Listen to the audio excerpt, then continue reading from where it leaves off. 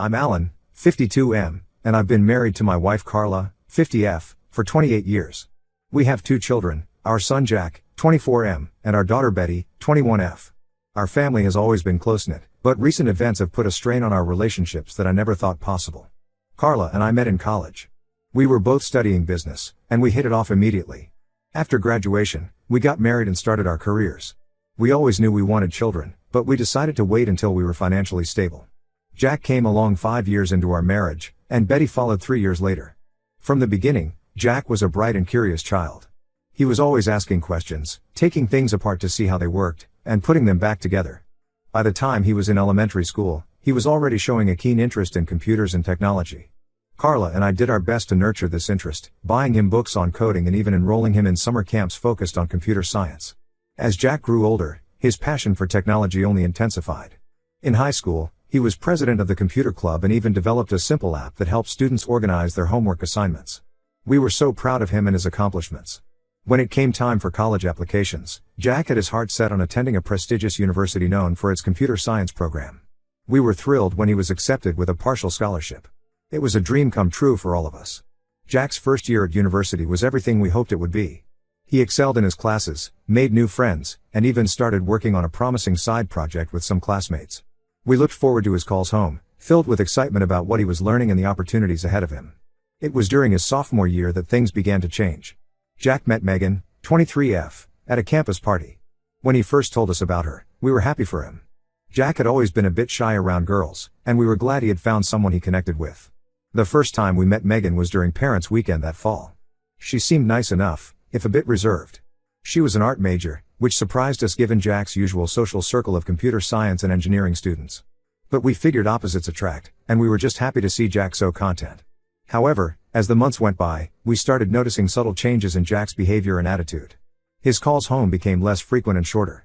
When we did talk, he seemed distracted and less enthusiastic about his studies.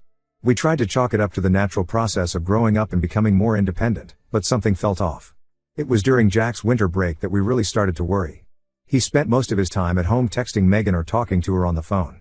When we suggested family activities, he'd make excuses to stay in his room. Even Betty, who had always been close to her brother, commented on how different he seemed. When Jack returned to university for the spring semester, things went from bad to worse. We started getting emails from his academic advisor expressing concern about his falling grades and missed classes. When we tried to talk to Jack about it, he brushed off our concerns, saying he was just going through a rough patch and would turn things around. But he didn't. As the semester progressed, we received more worrying emails.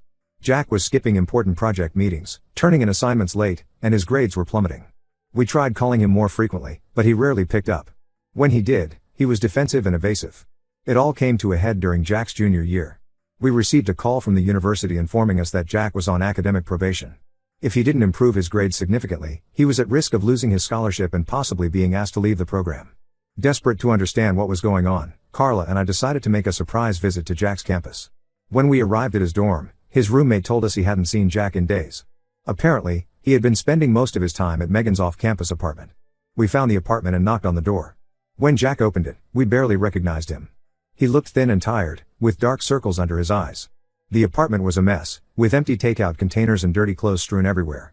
And there was a smell, something acrid and chemical that made my stomach turn. When we tried to talk to Jack, he exploded.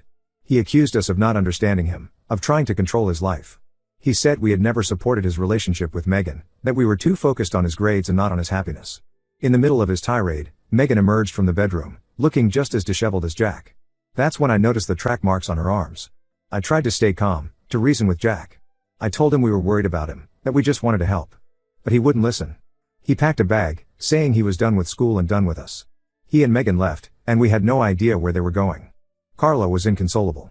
We spent the next few days talking to Jack's professors and the university administration, trying to figure out what had happened and what could be done. But without Jack's cooperation, there wasn't much they could do. He had essentially dropped out. The next few months were a blur of worry and frustration. We tried everything we could think of to reach Jack. We called, we texted, we emailed. We reached out to his friends, but most of them hadn't heard from him in months. We even hired a private investigator, but he couldn't tell us much beyond confirming that Jack and Megan were still in the city, moving from one cheap motel to another. Betty was caught in the middle of all this. She was angry at Jack for putting us through this stress, but she was also worried about her brother. She tried reaching out to him on social media, but he had blocked her on everything. We only heard from Jack sporadically over the next year. He'd occasionally show up for a family dinner or holiday, but things were tense and awkward. He always came alone, making excuses for why Megan couldn't attend. He looked worse each time we saw him, thinner, more haggard, with a nervous energy that was painful to watch. Last week, out of the blue, Jack called us. He said he wanted to meet and talk things over. Carla and I were cautiously optimistic.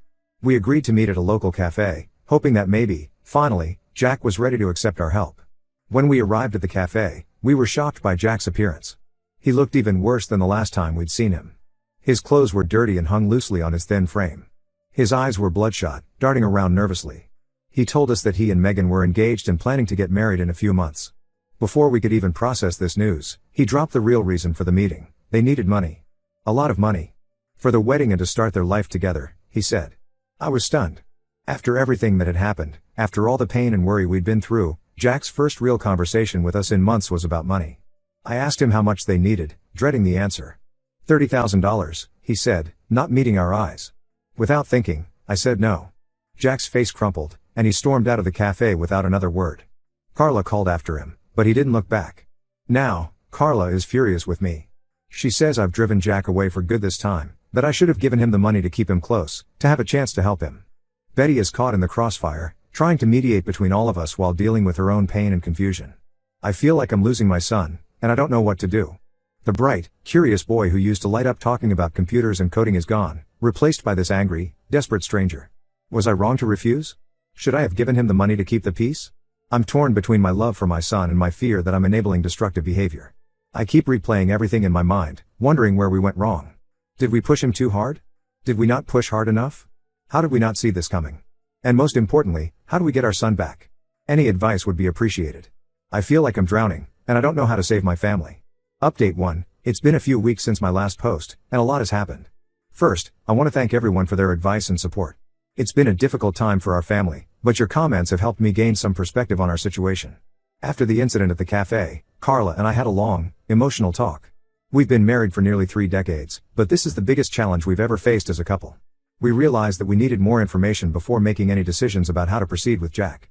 We decided to reach out to some of Jack's old friends to see if they could shed any light on what's been going on with him. We started with Tom, 24M, Jack's best friend since middle school. Tom and Jack were inseparable growing up. They bonded over their shared love of video games and computers, often spending entire weekends working on coding projects together. When Jack left for university, Tom stayed local, attending a community college and then starting his own small tech business. We invited Tom over for dinner, hoping he might have some insights into Jack's situation. At first, Tom was hesitant to talk, clearly uncomfortable with the idea of betraying Jack's confidence.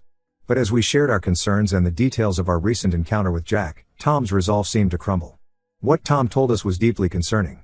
According to him, Jack's relationship with Megan had been troubled from the start. Tom had met Megan a few times early in their relationship and had immediately felt uneasy about her. He described her as manipulative and controlling, saying she would guilt Jack into spending all his time with her and skipping classes or study sessions. Tom told us that Megan had convinced Jack to drop out of university, telling him that he didn't need a degree to be successful. She painted a picture of them starting their own business together, saying Jack's coding skills and her artistic talents would be a perfect match. She even persuaded him to quit his part-time job at a local tech startup, insisting that she would support them both while they got their business off the ground. But according to Tom, no real work ever materialized. Instead, Jack and Megan had been living off money from her parents, who Tom described as wealthy but distant. However, that well was starting to run dry, which Tom suspected was the real reason behind Jack's sudden request for money from us. The most alarming part of our conversation with Tom was when he mentioned his suspicions about drug use. He had noticed needle marks on Megan's arms the last time he saw her, and Jack had been evasive when Tom asked about it. Tom admitted he had distanced himself from Jack over the past year, feeling helpless and unsure of how to help his friend. This information hit us hard. Carla and I spent several sleepless nights discussing what to do. We knew we had to intervene somehow, but we were terrified of pushing Jack further away. We considered everything from tough love to simply giving him the money he asked for, hoping it would keep him close enough for us to help. After much deliberation, we decided to try to contact Megan's parents. It took some detective work to find their contact information, but we finally managed to get in touch with them. To our surprise, they were receptive to our call. The Johnsons, Megan's parents, were just as worried as we were, if not more so. They told us that Megan had a history of drug abuse dating back to her high school years. She had been in and out of rehab several times, but it never seemed to stick. They had been trying to get her help for years, but she always refused, accusing them of trying to control her life. The Johnsons were shocked to hear about the engagement and the request for money. They hadn't heard from Megan in months and had no idea things had gotten so serious with Jack. They shared our concerns about the relationship and agreed that something needed to be done. Together with the Johnsons, we decided to stage an intervention. We knew it was risky, but we felt we had no other choice. We contacted a professional interventionist who specialized in cases involving drug abuse and codependent relationships. After several planning sessions, we set a date for the intervention. The day of the intervention was tense. We gathered at the Johnsons' house, along with Tom, the interventionist, and a few other close friends and family members. We had asked Jack and Megan to come over for what they thought was going to be a family dinner to discuss wedding plans. When they arrived, they were clearly surprised to see all of us gathered there. Jack immediately became defensive, accusing us of ambushing him. Megan tried to leave several times, but her parents managed to convince her to stay and listen. The intervention was emotionally draining for everyone involved. We all took turns expressing our love and concern for Jack and Megan, sharing specific instances of how their behavior had affected us. The interventionist guided the conversation, keeping things focused and preventing it from devolving into accusations or arguments. At first, both Jack and Megan were angry and resistant. They accused us of not understanding their love, of trying to tear them apart. But as the hours went by, and as more and more people shared their concerns and experiences, we began to see cracks in their facade. The turning point came when Tom spoke. He reminded Jack of their shared dreams and ambitions, of the coding projects they used to work on together. He talked about how much he missed his friend and how worried he had been. Something in Tom's words seemed to reach Jack in a way that none of us had been able to. After what felt like an eternity, Jack finally broke down. He admitted that things weren't as rosy as he and Megan had made them out to be. He confessed that they were deeply in debt, not just to Megan's parents but to some dangerous people as well. He also confirmed our worst fears. Megan's drug use had spiraled out of control, and he had started using as well, though he insisted he could stop any time he wanted. Faced with the united front of both families and the inescapable reality of their situation, Megan also broke down. She agreed to go to rehab, admitting that she needed help. Jack, after some hesitation, decided to move back home with us while Megan got treatment. It's a small step, but it feels like a victory. We know there's a long road ahead of us, but for the first time in a long time, I feel hopeful. We're taking it one day at a time, focusing on supporting Jack and helping him rebuild his life. The Johnsons are taking Megan to a long-term residential treatment facility tomorrow. Jack is scared and conflicted about being separated from her, but he understands it's necessary. We've arranged for him to start seeing a therapist who specializes in addiction and codependency. I know we're not out of the woods yet. Recovery is a long and difficult process, and there will likely be setbacks along the way. But at least now we're all on the same page, working together towards healing. I'll keep you all updated as things progress. Thank you again for your support and advice. It truly made a difference in how we approached this difficult situation. Update 2. It's been about 2 months since my last update, and I wanted to share the latest developments with you all.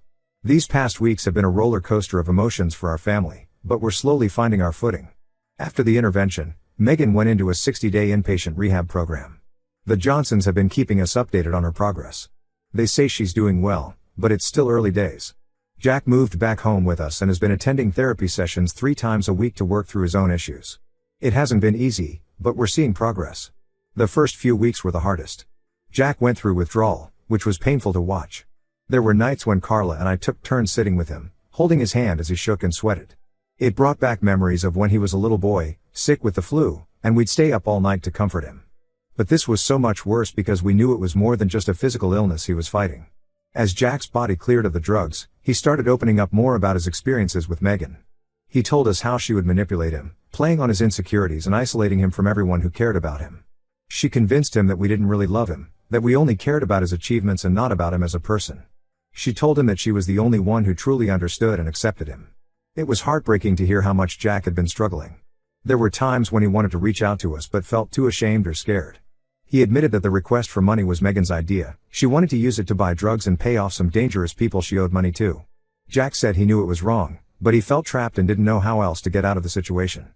Jack has been working hard to get his life back on track. He's been in contact with his university about the possibility of re-enrolling. It's not going to be easy. He's missed a lot of time and his GPA took a big hit. But his former academic advisor remembers him as a promising student and is willing to work with him on a plan to catch up. Jack is hopeful that he can return next semester, even if it means starting with just a couple of classes. To help pay off his debts and start rebuilding his life, Jack has found a part-time job at a local computer repair shop. It's not the high-tech work he once dreamed of, but it's a start, and it's helping him regain some confidence in his skills. Carla and I have been attending family therapy sessions with Jack. It's been challenging, forcing us to confront some uncomfortable truths about our family dynamics. We've had to acknowledge that our high expectations and focus on achievement may have contributed to Jack's feelings of inadequacy and his vulnerability to Megan's manipulation. It's not easy to face these things, but it's helping us understand each other better and rebuild our relationship on a stronger foundation. Betty has been incredibly supportive throughout this process. She's been spending a lot of time with Jack, helping him reconnect with old friends and rediscover the interests and hobbies he'd abandoned during his time with Megan. Last week, she convinced him to join her at a local coding meetup.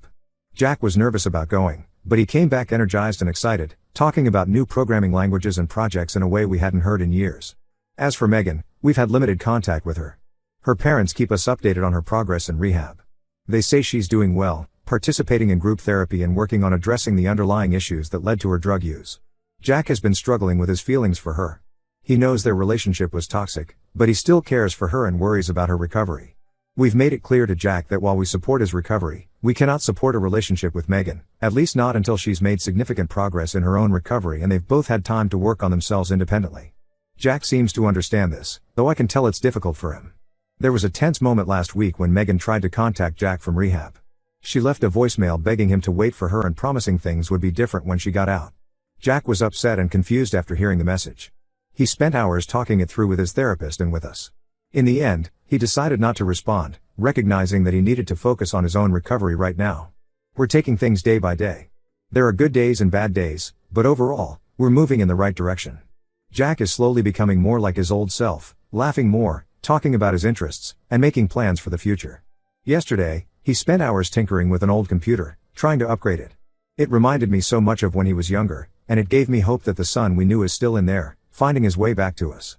We know there's still a long way to go, but we're committed to supporting Jack through this journey. Thank you all for your continued support and advice.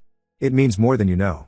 Update 3, it's been 6 months since my last update, and I wanted to share some final thoughts on our family's journey. These past months have been filled with challenges, setbacks, and small victories, but overall, we've made significant progress. Jack has made remarkable strides in his recovery. He re-enrolled in university and just finished his first semester back. It wasn't easy catching up after being away for so long, but he threw himself into his studies with a determination we hadn't seen in years. He managed to pull off decent grades, even making the dean's list in a couple of his classes. He's talking about internships and his future career again, which is wonderful to see. Our family relationships have improved significantly. The family therapy sessions have helped us communicate better and understand each other's perspectives. We've learned to listen more and judge less, to support without smothering. Jack and Betty have become closer than ever. They've started working on a small app together in their free time, combining Jack's coding skills with Betty's design abilities. It's been amazing to see them collaborating and supporting each other. Carla and I feel like we've reconnected with our son. We're learning to balance our natural inclination to protect him with the need to let him make his own decisions and learn from his mistakes. It's not always easy, but we're getting better at it. As for Megan, she completed her rehab program and has been living in a sober living facility. Jack has had some contact with her, but they both agreed that they need to focus on their individual recoveries. It's been hard for Jack, but he recognizes that their relationship wasn't healthy and that they both have a lot of work to do on themselves before they can consider any kind of relationship, even a friendship. There have been challenges along the way. Jack had a brief relapse about 3 months ago when the stress of school and everything else got to him. He disappeared for a weekend, and we were frantic with worry. But he came back on his own, admitting what had happened and asking for help. We were able to get him back on track quickly, and he's been even more committed to his recovery since then. One unexpected positive outcome of this whole experience has been a shift in Jack's career goals. While he still loves coding, he's become interested in using his skills to help others struggling with addiction. He's been volunteering at a local youth center, teaching basic coding skills to at-risk teens. He says it helps him stay accountable and gives him a sense of purpose. Looking back, I realize how close we came to losing Jack. I'm grateful every day that we were able to intervene when we did. I've learned so much about addiction, codependency, and the importance of setting boundaries while still showing love and support. Our family isn't perfect, and we still have our struggles, but we're facing them together now. Those dealing with similar issues, don't give up hope. Recovery is possible, but it takes time, patience, and a lot of hard work. Don't be afraid to reach out for help, to professionals, support groups, or loved ones. You don't have to face this alone.